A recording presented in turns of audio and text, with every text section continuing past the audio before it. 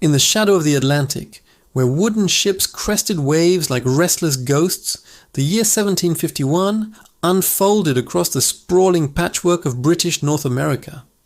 13 fledgling colonies, from the rocky shores of New Hampshire to the sultry rice fields of Carolina, hummed with the raw energy of a world in transformation. Farmers tilled soil that would one day birth a nation. Merchants haggled over beaver pelts and tobacco leaves, and thinkers dared to question the stars. Yet beneath this vitality lurked the first stirrings of discord, as distant crowns tightened their grip on dreams forged in the New World. This was no ordinary year. It was a hinge upon which the future swung, planting seeds of enlightenment, economy, and eventual rebellion. Consider Georgia, the youngest and wildest of the colonies, born just 18 years earlier, as a noble experiment. Founded by James Oglethorpe and his band of philanthropists, it had been a sanctuary for debtors and the persecuted, a bulwark against Spanish Florida, and a utopia free from the chains of slavery and the demon rum. But by January 1, 1751, that vision crumbled. The trustees, weary of financial woes and border skirmishes, surrendered their charter to King George II. Georgia transformed into a royal colony, direct under the British crown. With the stroke of a pen, the ban on slavery, lifted tentatively the year before but now fully embraced, opened floodgates. Planters from neighboring Carolinas poured in, their wealth built on human bondage.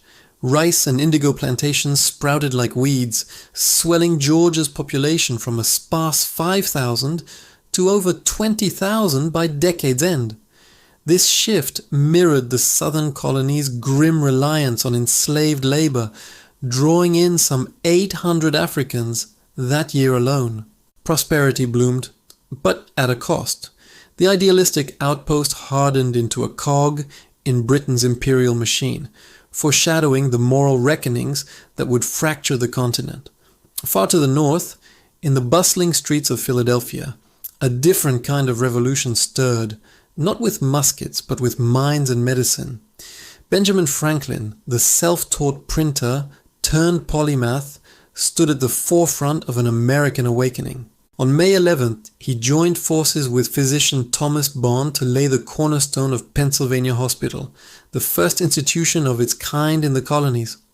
No longer would the sick rely solely on folk remedies or charitable homes. Here, in a modest brick building on Spruce Street, doctors could study, experiment, and heal under one roof. Franklin's vision extended beyond bricks and mortar. That same year, his groundbreaking treatise, Experiments and Observations on Electricity, sailed across the ocean to London, where it was published to rapturous acclaim. Through kite strings and Leyden jars, Franklin demystified lightning as electricity, coining terms like positive and negative charge that echo in labs today. His work electrified not just science but the colonial spirit, proving that rugged Americans could rival Europe's salons. In an era when smallpox ravaged towns and fevers felled the unwary, these advances whispered a promise: knowledge could conquer chaos, and self-reliance might one day defy kings. Yet for all the sparks of progress, 1751 delivered a thunderclap of control from Parliament across the sea. On September 27, the Currency Act slammed shut a vital lifeline for New England's economy. For years, colonies like Massachusetts, Connecticut, Rhode Island, and New Hampshire had printed their own paper money, bills of credit, to grease the wheels of trade in a land starved for hard coin. British merchants grumbled, paid in notes that depreciated like autumn leaves, worth less with each passing season. To shield their purses, Parliament decreed no new emissions allowed. Existing bills could limp on, but redemption in silver or gold was mandated, choking commerce at its throat. Shipbuilders in Boston idled, farmers in Hartford bartered awkwardly, and resentment simmered. This was no mere bookkeeping tweak. It was the first bold assertion of London's supremacy over colonial wallets. Colonists penned fiery pamphlets, decrying it as arbitrary and oppressive, echoes of grievances that would swell into the Stamp Act crisis a decade hence. In the taverns of Portsmouth and Providence, whispers turned to toasts. If Britain treated them as children, perhaps it was time to claim their inheritance. Amid these tensions, a child entered the world who would one day architect that very claim. On March 16th, in the rolling tobacco fields of Port Conway, Virginia, James Madison drew his first breath.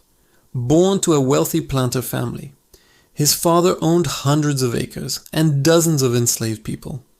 Young Madison grew up in the lap of privilege, yet his frail health and voracious mind set him apart. Tutored in classics and law, he would absorb the Enlightenment's fire, penning essays that fueled the revolution and drafting a constitution to bind a fractious union. His birth in 1751 was unheralded, a quiet footnote in Virginia gazettes, but it marked the arrival of a giant. Madison's future hand in the Bill of Rights and his presidency during the War of 1812 would trace back to this soil, where the seeds of federalism took root amid plantation shadows. Beyond the colony's borders, the world churned with forces that rippled westward, tugging at Britain's imperial strings. In Europe, the old rivalries festered like untreated wounds.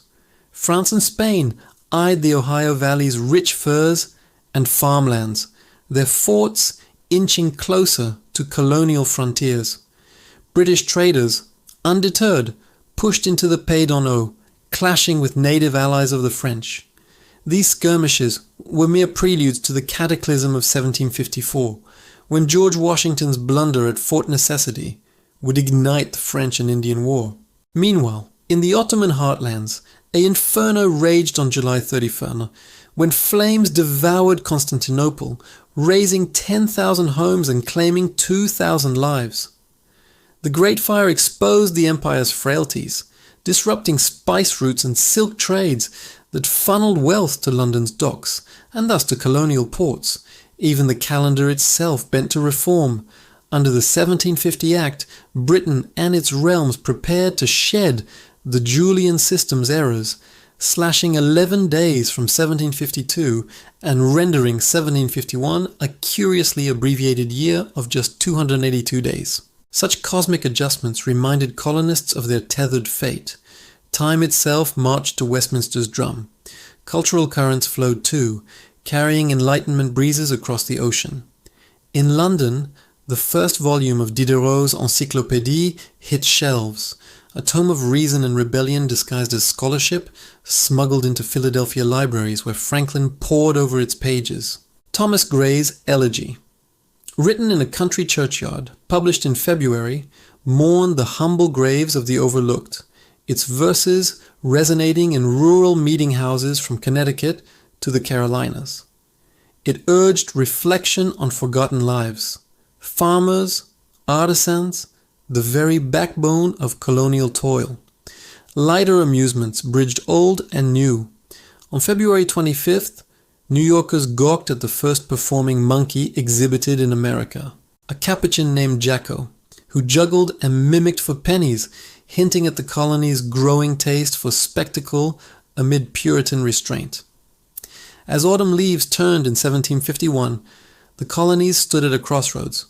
Georgia's chains expanded an economy of exploitation. Franklin's sparks illuminated paths untrodden. Parliament's Act forged the first links in a chain of tyranny. A boy in Virginia dreamed of balances unseen, while European shadows lengthened over Appalachian ridges. These were not isolated flickers, but the quiet forge of destiny. In the hum of sawmills and the scratch of quill pens, Americans began to sense their uniqueness, a people of invention and grit, chafing under distant rule. The revolution lay 25 years distant, but in 1751 its embers glowed. What if that hospital had failed, or the Currency Act gone unchallenged?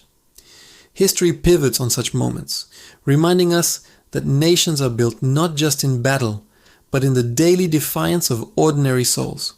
The story of America did not begin with fireworks in 1776. It whispered into being on the winds of 1751.